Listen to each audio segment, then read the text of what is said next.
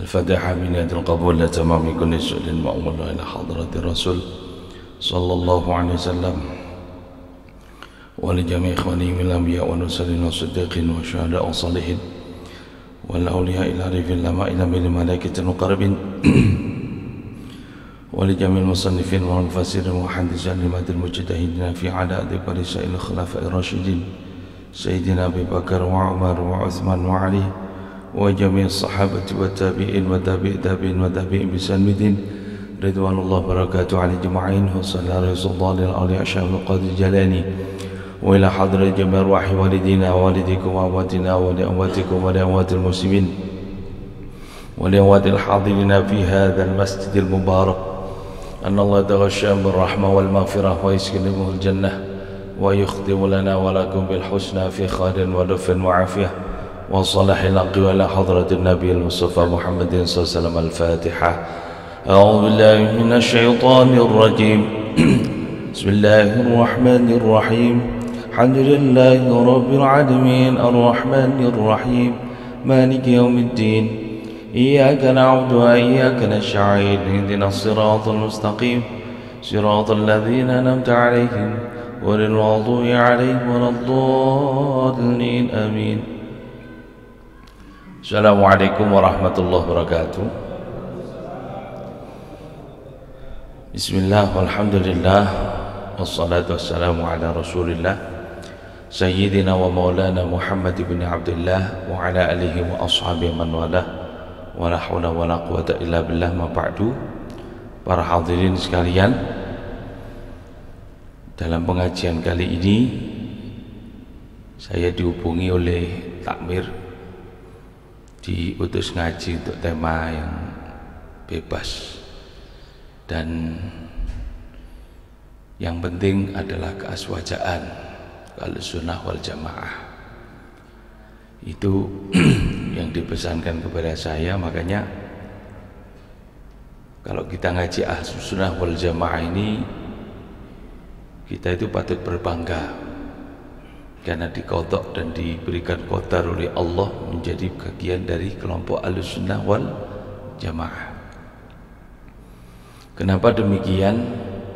Karena memang kita tahu banyak sekali firqah yang ada dalam Islam ini, tapi kenapa kok Ahlussunnah wal Jamaah yang paling banyak diterima? Bukan hanya di Nusantara. Kalau di Nusantara ini Islam Ahlussunnah wal Jamaah mencapai 90% lebih ya. Bahkan kalau dunia, dari jumlah populasi dunia yang jumlahnya 7 miliar itu kan 1,6 miliar itu kan orang Islam. Orang Ahlussunnah wal Jamaah itu mencapai 1,1 miliar. Jadi kalau panjenengan ada orang Syiah contohnya, itu ternyata menurut survei dari riset di dunia itu malah hanya cuma sekitar 200 sekian juta.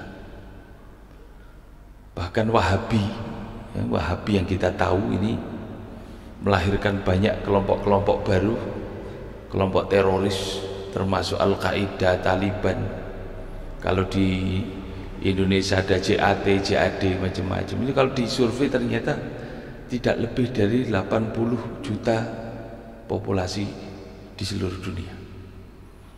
Cuma ya memang kita harus sabar meskipun demikian, karena memang wa ja'alna ba'dakum li ba'din fitnah, kata Allah. Memang inilah bagian dari ujian. Jadi kalau kita ngaji aswaja, kenapa kita betul-betul berbangga? Bukan karena urusan populasinya, dan kenapa menjadi kok banyak? Ini yang menjadi pertanyaan berikutnya.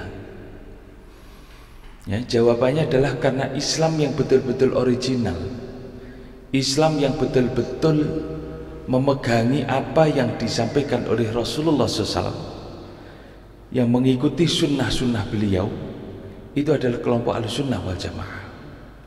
Maka itulah sebabnya Kanjeng Nabi kalau menyebut bahwa sataftariqu ummati ala bid'in wa sab'ina firqah, umatku akan terbagi lebih dari 70. Semuanya tidak selamat illa wahidah, kecuali satu. Dan Rasulullah menyebut Ahlus Sunnah. Ahlus sunnah ini konotasinya adalah karena kita tahu ahlu itu artinya adalah keluarga besar. Sunnah itu sunnah Rasulullah. Sehingga ahlus sunnah itu adalah bagian dari keluarga besar pecinta sunnah Rasulullah SAW. Ini kalau dikaji itu tidak cukup satu pertemuan, tapi kan ini ngajinya bebas, makanya saya hanya ingin menunjukkan kenapa alasannya begitu originalnya yang disebut ahlus sunnah. Para hadirin rahimakumullah, jadi kalau kita tahu ahlus sunnah inilah yang kemudian paling original. Karena apa? Karena semua ilmu yang disampaikan Rasulullah, yang diwariskan oleh Rasulullah kepada para sahabat, itu yang mewarisi, itu yang melanjutkan estafet dan melestarikan keilmuan itu adalah ahlus sunnah wal jamaah. Maka itulah sebabnya kalau panjenengan tahu ilmu-ilmu ini ilmu apa? Inilah ilmu yang dikaji oleh para santri-santri di pondok pesantren. Ada ilmu akidah, ada ilmu akhlak, ada ilmu fikih, ada ilmu metodologinya, ada ilmu usul fikih, ada ilmu nahwu, ada ilmu kebahasaan nahwu sharaf balaghah, ada ilmu tafsir, ada ilmu mustalahul hadis, ada hadis, banyak sekali. Inilah bentuk kecerdasan dari ahlus sunnah. Maka saya sampaikan berkali-kali, inilah bentuk kecerdasan dan kekuatan dari Islam itu sendiri. Kenapa? Karena kalau kita tahu para hadirin, sejarah itu sudah mencoba untuk mencari sebetulnya yang menjadikan umat Islam ini lemah apa, yang menjadikan umat Islam ini sebetulnya runtuh apa. Sehingga bagi mereka-mereka kelompok Islam politik, mereka mengatakan bahwa kita kalah secara politik. Itulah alasannya kenapa Ikhwanul Muslimin didirikan. Itulah sebabnya kenapa HTI didirikan. Kelompok-kelompok Islam politik, karena mereka meyakini bahwa dengan mengembalikan supremasi kekuatan umat Islam secara politik, maka akan bisa mengembalikan kejayaan. Apakah itu jawabannya? Tidak. Karena kenyataannya Islam politik justru hanya melahirkan kekacauan, ya, kekacauan di mana-mana. Timur Tengah yang sekarang kita tahu mereka hancur lebur, bahkan sampai sekarang masih belum selesai perang. Karena di Maroko perang, di Syria perang, di Yaman perang, di Irak bom-boman, Afghanistan bom-boman. Itu semua adalah karena ulahnya kelompok Islam politik. Ada juga yang kemudian yang terjadi di belahan dunia yang lain. Mereka mengatakan bahwa yang mengakibatkan umat Islam ini runtuh adalah karena terlalu mengikuti tradisi lokal, tidak mengikuti Islam. Kenapa demikian? Karena menurut mereka hal-hal yang tradisi itulah yang kemudian hal yang dilarang dalam Islam. Itu yang merupakan bentuk khurafat, penyelewengan. Itu merupakan bentuk bid'ah yang tidak diajarkan oleh Rasulullah Sallallahu Alaihi Wasallam. Jika mereka slogannya back to Quran, dan inilah yang kemudian dikembangkan oleh kelompok Wahabi. Wahabi itu muncul para hadirin karena tujuannya untuk memurnikan Islam, sehingga pemurnian itu ternyata adalah konotasinya hanya simpel. Mereka tidak boleh mengkaji apapun kajian ilmu kecuali satu, tauhidullah, hanya tauhid saja. Sehingga ini alasan kenapa mereka disebut kelompok takfiriyah. Kelompok takfiriyah ini kelompok yang suka mengkafirkan orang lain. Yang penting beda dengan mereka, kafir, syirik, bid'ah, dan lain sebagainya. Itu yang terjadi. Dan kita harus tahu sekarang, itulah yang menjadi cikal bakalnya akhirnya muncul kelompok-kelompok radikalis teroris. Apalagi kalau kemudian pemurnian tauhid itu dikolaborasikan, dikawinkan dengan Islam politik, maka yang terjadi adalah kelompok radikal yang menjadi kelompok-kelompok teroris. Jawabannya sebetulnya bagaimana para hadirin? Kalau dijelaskan itu masih panjang sebetulnya, tapi saya secara simpel saya ingin menyampaikan bahwa kenapa kita itu menjadi terpuruk, karena selama ini kita tidak menjunjung ilmu pengetahuan. Kita tidak menjunjung tinggi bagaimana sebetulnya original Islam yang diajarkan oleh Allah dan Rasulullah SAW. Kita meninggalkan itu. Padahal Rasulullah sendiri sudah mengatakan, ya, al-ilmu hayatuddin, ilmu itu merupakan kehidupan bagi agama. Dan untuk mengembalikan ini memang para hadirin rahimakumullah, kita memerlukan penghidupan kembali terhadap ilmu-ilmu tadi. Tapi tentu bukan hanya ilmu untuk ilmu, tapi bagaimana ilmu itu untuk kehidupan dan menjadi bagian dari ruh dari Islam itu sendiri. Ini yang menjadi persoalan besar yang dihadapi oleh seluruh umat Islam di Indonesia. Tapi para hadirin rahimakumullah, yang ingin saya sampaikan adalah bahwa kita itu harus betul-betul sadar bahwa Islam Ahlus Sunnah ini disebut original Islam karena memang inilah kekuatan dari Islam yang diajarkan oleh Allah. Kenapa demikian? Karena Al-Quran itu diturunkan oleh Allah, itu kekuatannya adalah ilmu. Ketika Allah kemudian menyampaikan kepada Nabi Muhammad Rasulullah SAW, Allah menegaskan bahwa arsalnaka illa rahmatan lil alamin. Bahkan dalam Al-Quran juga ayat yang lain Allah menjelaskan, wa ma arsalnaka illa litubayyina linnasi ma nuzila ilaihi. Bahwa aku ini Muhammad Rasulullah SAW, aku tidak mengutus kamu itu kecuali sebenarnya tujuannya simpel. Kamu jelaskan apa yang sudah diturunkan oleh Allah itu, yang sudah aku turunkan kepada kamu itu, yakni Al-Quran itu. Jelaskan, entah itu dengan lisan kamu, entah itu dengan perbuatan kamu, atau bahkan juga dengan perilaku kamu. Sehingga kemudian itulah yang kemudian kita tahu para hadirin, ini yang disebut sunnah. Kenapa yang disebut sunnah itu adalah segala apapun produk yang keluar dari Rasulullah, baik itu qaulan atau fi'lan atau taqriran atau sifatan, baik yang diucapkan, baik itu yang dilakukan Rasulullah, bahkan sampai Rasulullah diem itu pun, itu menjadi dalil. Kenapa? Karena itu produk sunnah. Itulah penjelasan dari Al-Quran. Makanya kalau panjenengan jadi guru, itu pasti akan tahu bahwa kehadiran seorang guru itu penting sekali di dalam kelas. Baik itu sekolahan, ya. Apalagi sekolahan, ya, dosen saja penting di dalam kelas. Kenapa? Karena dengan sejarah yang kemarin 2 tahun kita lalui pandemi itu, daring kelas, itu anak-anak kita tidak jadi orang. Mereka kita hanya cekoi dengan ilmu yang transfernya tidak melalui seorang guru. Itulah kalau dalam bahasa pondokan, kita itu memberikan ilmu tapi bidah sanatin, tidak memakai sanad, hancur semua. Kenapa? Karena kita logikanya pendidikan itu, murid itu tidak butuh buku sebetulnya, lebih banyak butuh guru. Kalaupun guru membutuhkan buku, agar guru itu tidak melehar dari tujuan pendidikan yang ada. Sehingga kemudian kehadiran buku dan guru itu menjadi mutlak. Buku untuk menuntun guru, guru untuk meneladankan apapun perilaku agar murid menjadi baik. Karena tujuan pendidikan adalah merubah perilaku.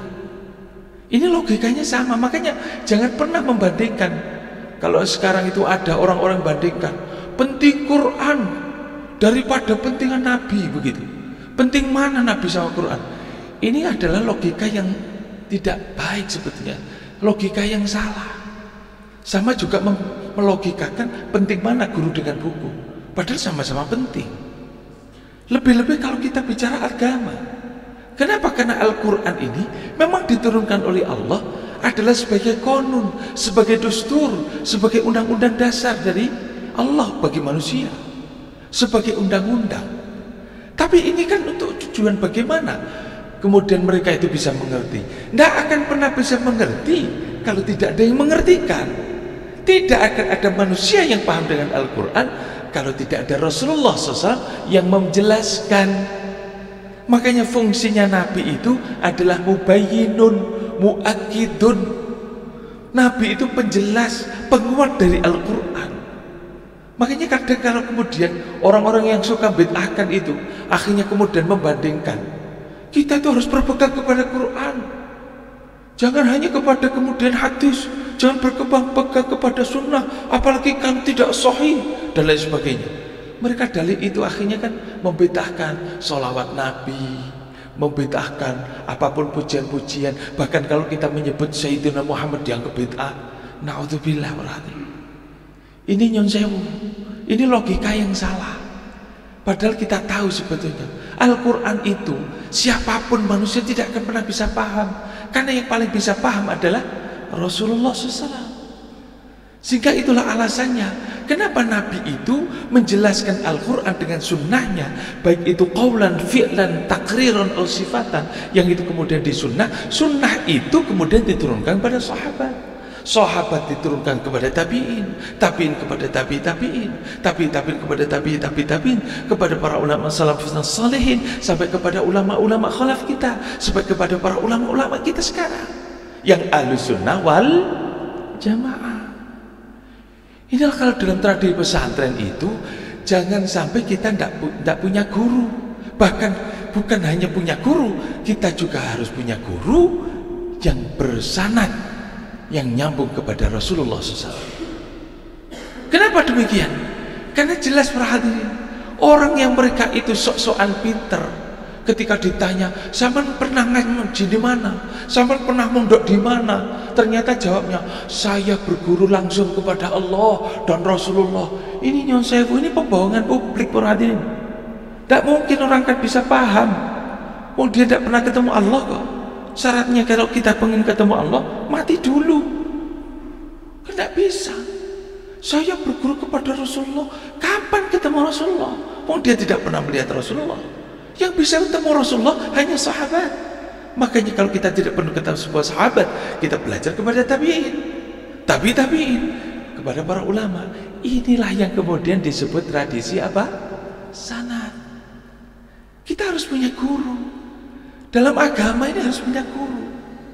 Bahkan kalau pernah saya ditanya lagi,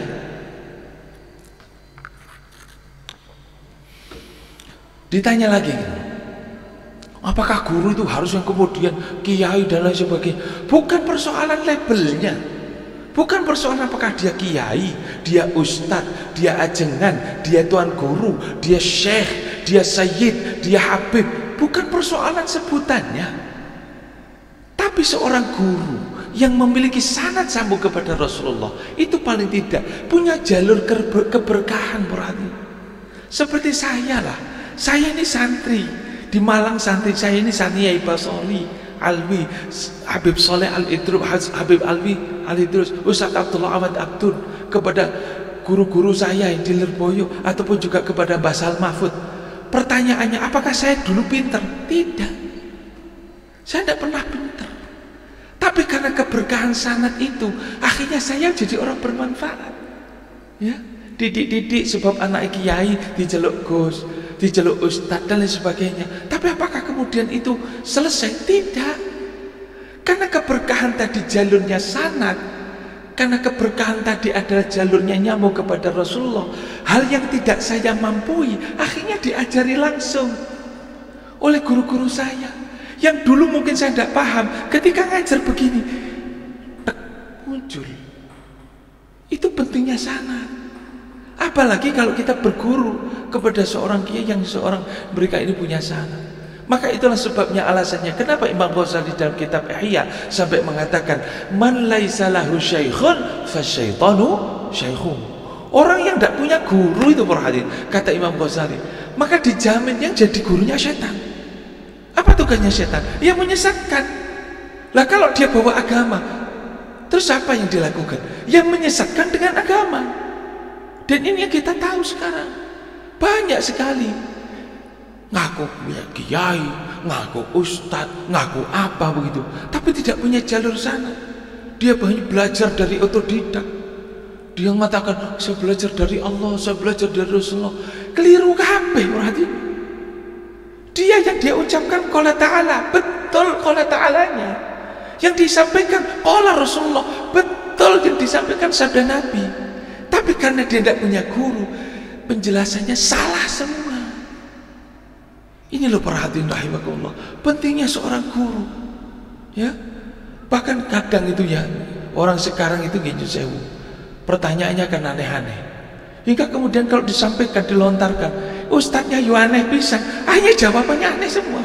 Yang tanya aneh, yang jawab aneh bisa. Itu sekarang yang kita tahu banyak yang beredar di YouTube begitu. Itu perhatian. Jadi artinya bukan kok kemudian kita tidak boleh belajar dari YouTube. Tapi paling tidak kalau kita itu belajar agama, belajarlah kepada secara langsung kepada orang yang betul-betul punya kapasitas keilmuan, punya jalur sanad nyambung kepada Rasulullah SAW. Begitu. Kenapa? Karena ilmu agama ini para hadirin, ini tidak sama dengan ilmu umum. Kalau ilmu politik yang dikaji di fisik, Fakultas Ilmu Sosial dan Politik katakanlah, ilmu ekonomi, ilmu matematika, ilmu geografi dan sebagainya, monggo. Kenapa? Karena ini urusan duniawi. Ilmu-ilmu yang umum, ilmu-ilmu yang bersumber dari logika, itu tergantung kecerdasan manusia. Maka itulah sebabnya kita kalah sekarang dengan orang Yahudi kalau urusan al-ulum ad-dunyawiyah. Ilmu dunia kita kalah. Kenapa? Karena nyatanya yang urusan matematika, yang urusan teknologi, yang menguasai, yang cerdas orang Yahudi. Maka yang melahirkan Android, ya, Andrew Rubin, orang Yahudi. Yang menciptakan Apple, orang Yahudi. Microsoft, Bill Gates, Yahudi. Kalah kita. Ya, kalah kita. Kenapa? Karena ini ilmu yang bersumber dari logika. Kalau dalam bahasa kampusan disebut ilmu filsafat. Ilmu filsafat.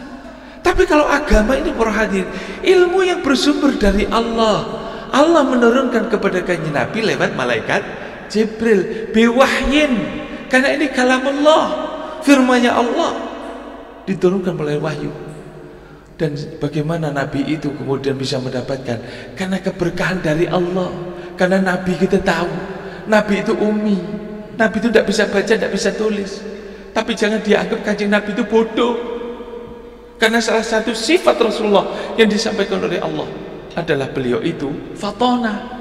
Kecerdasannya ini spiritual dan emosional. Sehingga para hadirin rahimakumullah, Nabi itu cerdasnya yang memang didesain oleh Allah, tidak bisa baca, tidak bisa tulis, tapi kecerdasannya adalah bagaimana beliau itu memahami agama dengan baik, memahami apa yang disampaikan Allah dalam Al-Quran. Dan ini disampaikan para sahabat, karena beliau yang mereka inilah yang mendapatkan warisan dari Nabi kepada para tabi'in hingga kepada kita sekarang ini. Hadirin rahimakumullah, makanya ada satu pertanyaan kalau sekarang ini yang belehar-belehar itu ya, sebagai contoh saja. Ini saya pernah ini, karena saya bagaimanapun ya sedikit-sedikit dosen. Saya pernah ditanya, ya mahasiswa sekarang itu kadang cerdasnya kan ya cerdas, tapi ya kadang tidak mikir jeruk. Dan ini perlu memang kita itu harus membimbing mereka gitu ya. Pertanyaannya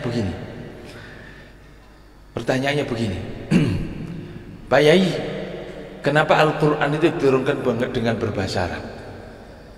Ini contoh. Jadi pertanyaan simpel, kenapa Al-Quran itu kok berbahasa Arab? Saya jawab, sampean pengen dijawab dengan kacamata ilmu apa? Loh maksudnya?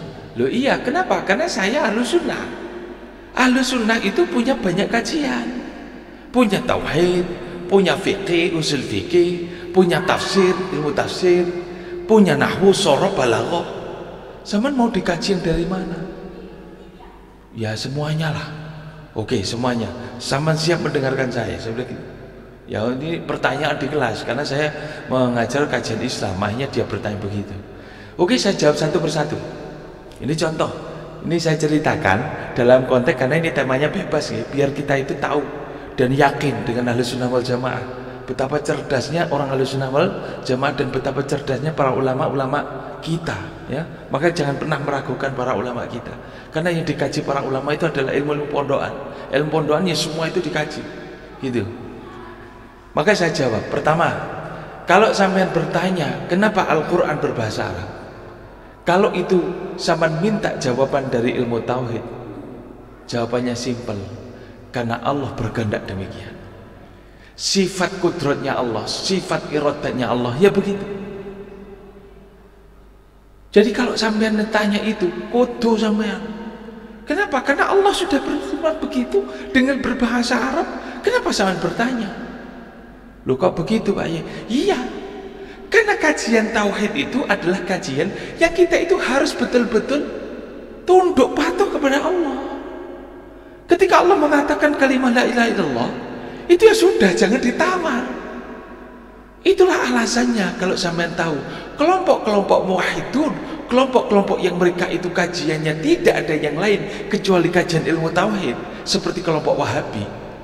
Mereka itu seandainya mendengar pertanyaan sampean, itu sampean langsung dikafirkan.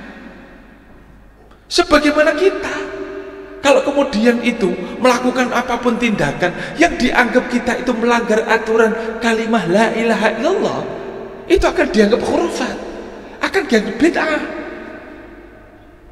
Kita tahlilan dianggap bid'ah, apalagi kita manakiban, karena isinya manakib adalah ibadallah, rijalallah, aghithuna li ajalillah. Itu sama kok minta kepada makhluk Allah.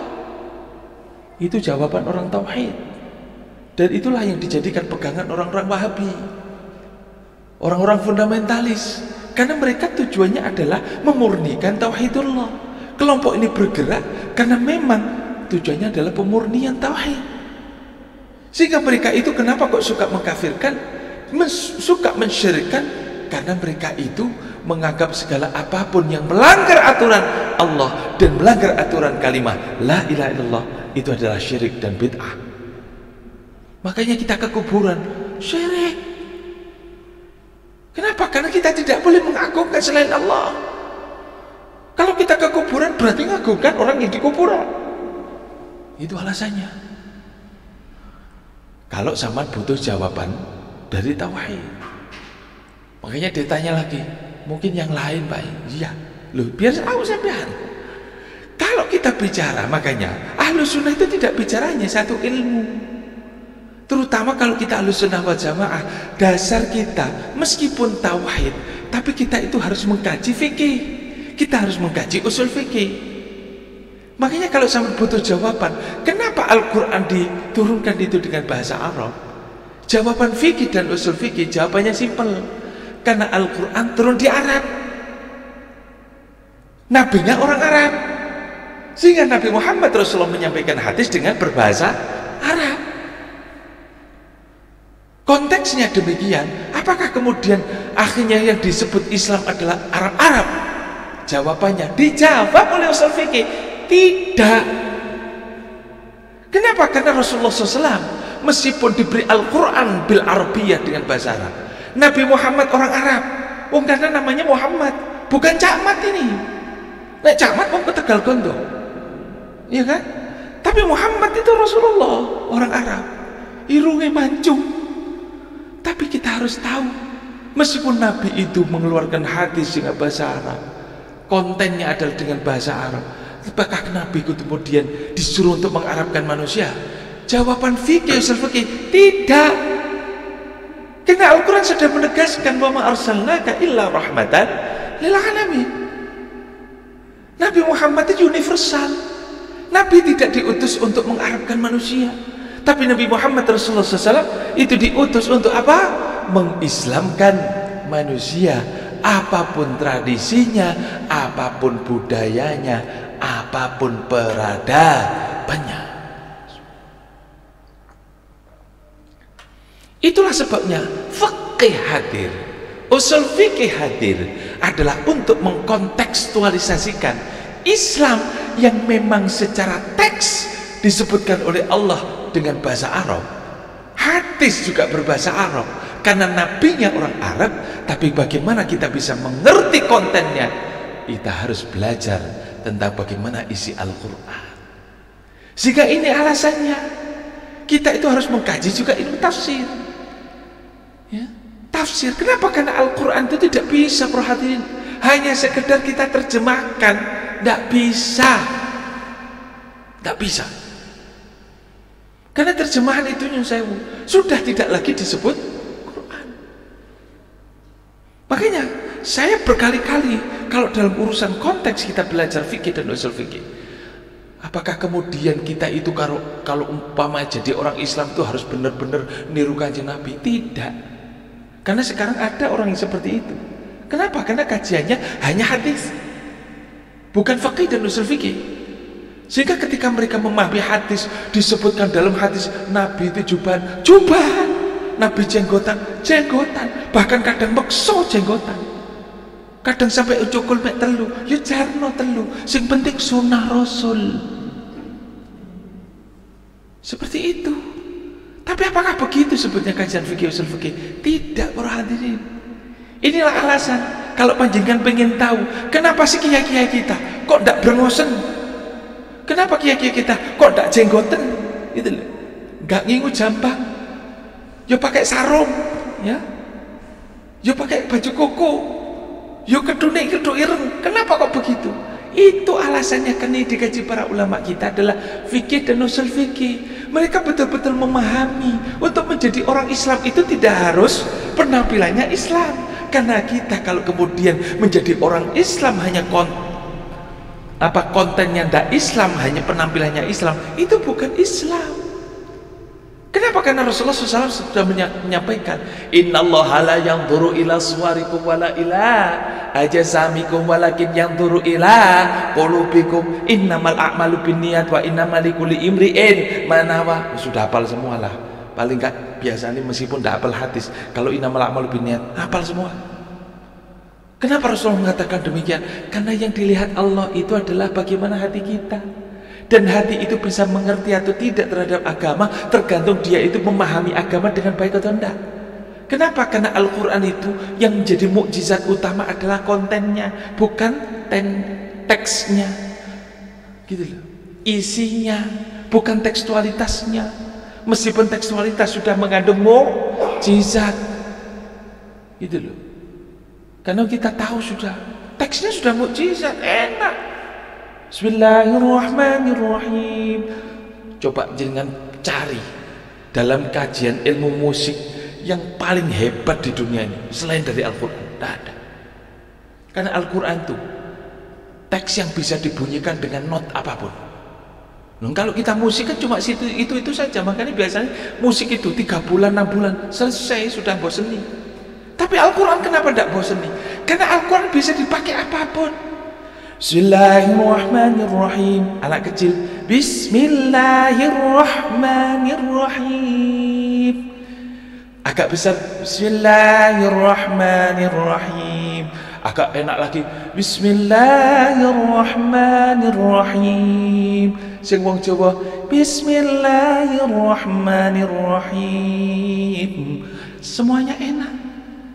Karena not apapun musik pasti universal dengan Al-Quran. Tapi kita tahu, meskipun teksnya sudah Masya Allah, tapi isinya ini lebih berhati. Makanya kalau kajian fikih dan usul fikih, para ulama sudah menjelaskan, Islam itu bisa hidup dimanapun. Islam itu bisa berada dimanapun, apapun manusia, bagaimanapun tradisinya, bagaimanapun budayanya, silahkan memeluk Islam. Terus bagaimana penampilannya? Silahkan menyesuaikan. Kenapa? Karena Islam itu adalah konten. Islam itu adalah isi. Islam itu ada bagaimana pemahaman kita yang diajarkan oleh para ulama-ulama salaf itu. Selama ajaran itu tidak melenceng, apapun bungkusnya, silahkan. Inilah jadi alasan kenapa kita di Indonesia itu ada Islam Nusantara. Ini bukan Islam baru, para hadirin. Ini hanya penyebutan. Kenapa? Karena memang Islamnya orang di Nusantara itu khusus. Mereka ini orang-orang yang baik, yang mengajarkan ajaran Islam. Tapi memang kemasannya berbaju budaya. Contohnya apa? Ya karena kajian fikih dan usul fikihnya begitu. Contohnya apa? Contohnya tahlilan. Maka kalau kita menjelaskan, para ulama kita menjelaskan, Mahwa tahlil, apa sih tahlil? Orang sana kan menjelaskan tahlil itu ya kalimat la ilaha illallah. Loh, ini bukan tahlil ini tahlilan. Makanya kalau debat itu kan, oh tahlilan itu bid'ah. Kalau buat tahlil boleh. Kenapa? Karena kalau imam tahlil itu la ilaha illallah, yang tidak boleh itu tahlilan. Wiki yo nyun sewu bodoh maneh. Gitu loh. Kenapa? Karena dia yang memang jelas. Wong tahlil bahasa Arab, tahlilan itu bahasa Indonesia. Kenapa? Karena bahasa Indonesia itu apapun sebuah perilaku yang akan menunjukkan pekerjaan pasti diakhiri dengan an, sama juga dengan katok, Kathok itu apa? Benda. Untuk melakukan tindakan memakai kathok jenenge kathokan, begitu loh. Tahlil kalimah la ilaha illallah. Tapi kalau kita itu di dalamnya membaca kalimah la ilaha illallah dengan satu wirid-wirid yang lain, tradisi, itu namanya tahlilan, begitu. Jangan kok kemudian mengatakan tahlil itu boleh, tahlilan itu bid'ah. Ini sama juga, kathok boleh, kathokan bid'ah. Kelambi boleh, kelambian bid'ah. Loh, kan nyun sewu ini. Ini tidak paham orang begini. Padahal ulama-ulama kita, kiai-kiai kita menjelaskan apa sih tahlil. Tahlil itu adalah auratun, azkarun, zikir, wirid yang dibaca, yang di dalamnya itu ada ayat-ayat Al-Quran, ada kalimah-kalimah zikir, tasbih, ada istighfar, gitu loh. Ada kalimah la ilaha illallah, ada sholawatnya. Makanya kalau pertama yang dibaca apa? Quran dulu. Apa isinya? Fatihah, surat Ikhlas, Qul a'udzu birabbil falaq, Qul a'udzu birabbin nas. Fatihah, awal surat Baqarah, tengah, akhir. Itu masih dikritik lagi. Surat Quran itu, baca Quran itu ya sudah baca, jangan dipilih-pilih. Ini masalah lagi nih. Kalau gak boleh dipilih-pilih, kenapa Rasulullah SAW menjelaskan bahwa ada surat-surat tertentu yang punya fadilah? Surat Yasin ada fadilahnya. Sebab apa surat Yasin kata Rasulullah SAW? Itu bisa mengampuni dosa kita. Faqra'uha inda mautakum. Karena surat Yasin itu bisa menghapus dosa. Bacakanlah surat Yasin ketika kamu itu ada orang mati. Ada hadisnya. Surat Kahfi, karena surat Kahfi itu membuka pintu hati kita, membuka cahaya bagi kehidupan kita sampai minggu berikutnya. Maka bacalah setiap hari Jumat. Ada surat Al-Ikhlas, ini turunnya kepada Sayyidina Anas bin Malik itu ketika masih umur 12 jadi khotamnya Rasulullah. Anas, kamu bisa nggak kalau mau tidur itu menghatamkan Al-Quran? Waduh ya Rasul, saya kan kecil, masa bisa menghatamkan Al-Quran? Apa jawab Rasulullah? Karena tahu Rasulullah SAW yang dihadapi anak kecil tidak mungkin akan bisa menghatamkan Quran. Bahkan kalau dicekali Quran, derdek kongon ngatamno Quran, gak mungkin. Ya, logikanya sama dengan kita-kita sekarang. Meskipun besar-besar begini, tapi jiwa kita dalam urusan agama kan masih kecil. Dicekali Quranan gerdek, soalnya apa? Gak iso maca. Makanya biasanya kenapa sih kok surat Al-Ikhlas? Karena tidak disampaikan oleh Rasulullah. Anas, bacalah surat Al-Ikhlas. Fa innahu thuluthul Quran. Kalau kamu mau tidur, baca surat Al-Ikhlas. Sebab Al-Quran itu thuluthul Quran. Makanya Anas membaca 3 kali. Kalau 3 kali berarti sama dengan fadilahnya menghatamkan Al-Quran. Karena Rasulullah yang dihadapi adalah Anas. Yang dihadapi kita-kita seperti ini juga sama. Di Tegal Gonto ini banyak orang yang besar tapi jiwanya masih kecil, gitu loh. Dikon maca Quran gak kira koper, kan? Gak sempet. Selain juga susah lah suruh baca Al-Quran. Makanya sudahlah surat Al-Ikhlas saja 3 kali itu. Makanya ketika baca Al-Quran, Alif Lam Mim, dzalikal kitabu la raiba fi, koyo-koyo ngaftamno Quran. Ternyata enggak, dapat 3 ayat, langsung tutup tengah. Ayat kursi, Allahu la ilaha illa huwar rahman rahim. Seterusnya. Apakah kemudian selesai? Enggak, seayat tok. Langsung dipek buri nih. Pek buri nih surat Al-Baqarah. Kenapa? Karena surat Al-Baqarah tok ini Masya Allah 2,5 juz berarti. Jenengan kongon ngapal no? Gak kira kongon mau angel. Makanya langsung lillahi ma fis samawati wa ma fil ard. Ada hadisnya, ada. Kalau mau silahkan datang ke rumah saya, tak tudui kabeh hadisnya. Semuanya ada. Jadi kalau mereka mengatakan surat kok dipilih-pilih, ya kalau dipilih terus kenapa? Karena yang kita hadapi masyarakat awam para hadirin. Ulama-ulama kita yang dihadapi adalah masyarakat awam. Sejak zaman Wali Songo dulu yang dibahas ini adalah masyarakat awam. Sehingga mereka itu bagaimana cinta kepada Al-Quran. Ya kemudian jangan kemudian suruh menghatamkan, tidak. Karena prinsipnya fikih, usul fikih sudah mengatakan kullu ma la yudraku kullu la yudraku kullu. Kalau kemudian tidak bisa semuanya, ya jangan ditinggal semuanya. Ibaratnya seperti minuman ini, kalau tidak bisa menghabiskan, ya jangan sampai tidak diminum sama sekali. Makanya tak ambil sih ya.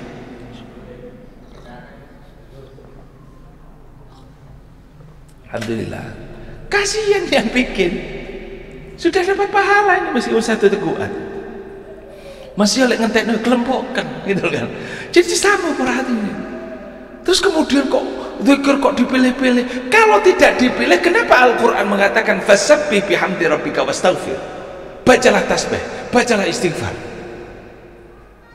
Kenapa kemudian kalau tidak dipilih-pilih? Rasulullah sampai mengatakan kullu tahlilatin shadaqah wa kullu tasbihatin shadaqah. Apapun yang kita baca, asalkan kalimah-kalimah baik yang bersumber dari Allah, itu kan baik. Ini bang mesa-meso, iya kan? Itulah para hadirin rahimakumullah. Makanya ini alasannya, kalau kita paham kenapa Al-Quran berbahasa Arab, kenapa hadis Rasulullah berbahasa Arab, apakah kemudian yang disebut Islam itu yang Arab-Araban? Tidak. Untuk menjadi orang Islam itu tidak harus kemudian ana, anta, tidak. Ya akhi, ya ukhti, tidak. Kenapa? Karena kalau kita orang Jawa, ya wis lah, ya opo lur, boleh. Agak keren, bro. Ya, asalnya brother, tadi bro. Itu sama saja. Kalau bahasa Indonesia saudara-saudara. Apakah kemudian untuk menjadi orang Islam itu harus jubahan seperti Rasulullah, harus jenggotan? Ya kita kan tidak bisa begitu.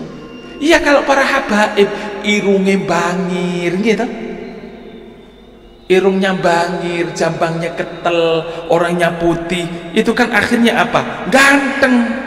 Lah kita ini nyon sewu, wis ireng bleketu, irung pesek, jenggot telu diingu. Makanya kadang para ulama itu bukan kok melarang jenengan jenggotan, tidak. Jangan dilarang untuk jubahan, tidak. Saya pun kalau ngaji jubahan, bukan karena saya itu mengikuti Rasulullah, sangat jauh kalau kita dibandingkan dengan Rasulullah. Tapi kenapa saya jubahan? Ya paling tidak itu saya itu mencari itibaknya, akhlaknya Rasulullah. Minimal kita itu biar tahulah mana kiai mana santri gitu loh. Ini lah, kalau kemudian saya pakai pakaian seperti jenengan yo, terus ya apa bedanya kiai ini karo santri ini, kan susah itu. Makanya biasanya sama jenengan. Kenapa sih pakai kopiah putih? Karena biasanya wis lunga kaji, kan begitu. Biar tahu, biar sungkan. Mosok wis lunga kaji gendaan, kan begitu. Lah lunga kaji kayak kopiah putih gendaan, masya Allah kan seneng. Itu kan izin gitu loh. Itu logika sebetulnya, logika tradisi. Bukan ulama melarang jenengan jubah, tidak. Silakan, tapi jangan sampai kemudian kita itu sok-sokan sunnah Rasulullah, kita mengikuti Rasulullah. Kita itu masya Allah perhatian jauh, jauh dibanding Rasulullah. Makanya termasuk kenapa kita itu di Indonesia kok senang sholawatan. Sholawatan bahasa Indonesia. Karena sholawat itu bahasa Arab. Kenapa kok sholawatan? Karena ini tradisi orang di Indonesia, di mana ada tradisi kebaikan di dalamnya. Kita membaca sholawat itu sudah kebaikan. Kita membaca riwayat tentang Rasulullah yang disebut maulid, itu kebaikan. Kita bersodakoh, ada kue, ono kocor ditokno, ono lepet ditokno, ono lemper ditokno, ono mangan ditokno.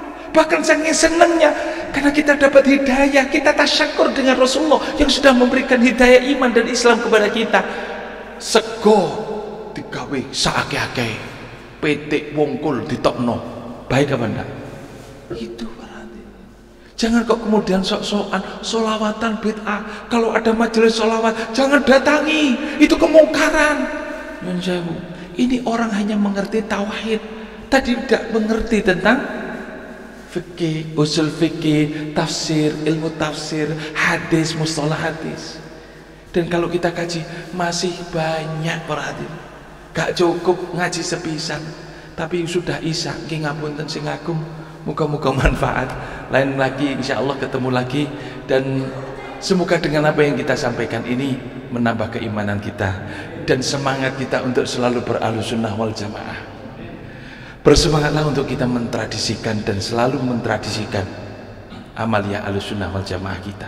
Karena dengan itulah ini membuktikan kecintaan kita kepada Allah dan Rasulullah SAW. Terutama di Nyon Sewu, ini bulan Maulid, monggo sing sergap sholawatan, mengadakan majelis sholawat, majelis Maulid, insya Allah itu akan menjadi catatan bagi kita yang akan dicatat oleh Allah, dilaporkan kepada Rasulullah, dan ini insya Allah akan menjadi wasilah kita mendapatkan syafaat dari Rasulullah SAW. Al-Hadiniyah Al-Fatihah. Wa akhiran, wassalamualaikum warahmatullahi wabarakatuh.